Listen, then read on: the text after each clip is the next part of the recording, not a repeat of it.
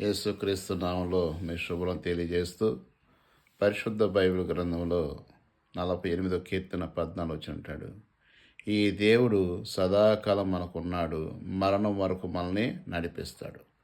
అంటే స్నేహితులు కావచ్చు, ఎవరైనా సరే, తల్లిదండ్రులు కావచ్చు, భార్య బిడ్డలు కావచ్చు, మధ్యలో వదిలేయచ్చు. కానీ అయితే మన ప్రభువైన యేసుక్రీస్తు వారు ఆయన నిన్ను నన్ను ఆయన జీవం ఇచ్చి ఆయన స్వరూపంలో కలుగు చేసిన దేవుడు ఏమంటాడంటే, సదాకాలము నిన్ను నడిపించెదను. అంటే మనం ఏ మార్గంలో నడవాలి, మనకి మేలైనది ఏదో, మనకి అవసరత ఏదో ఆయన మనకంటే ముందు ఎరిగిన దేవుడు కనుక ఆయన యొక్క బలిష్టమైన చేతుల కింద మనం ఉండగలిగితే ప్రభువైన యేసుక్రీస్తుడు మరణం వరకు సదాకాలం మనం నడిపిస్తాడు ఈ భూమి మీద.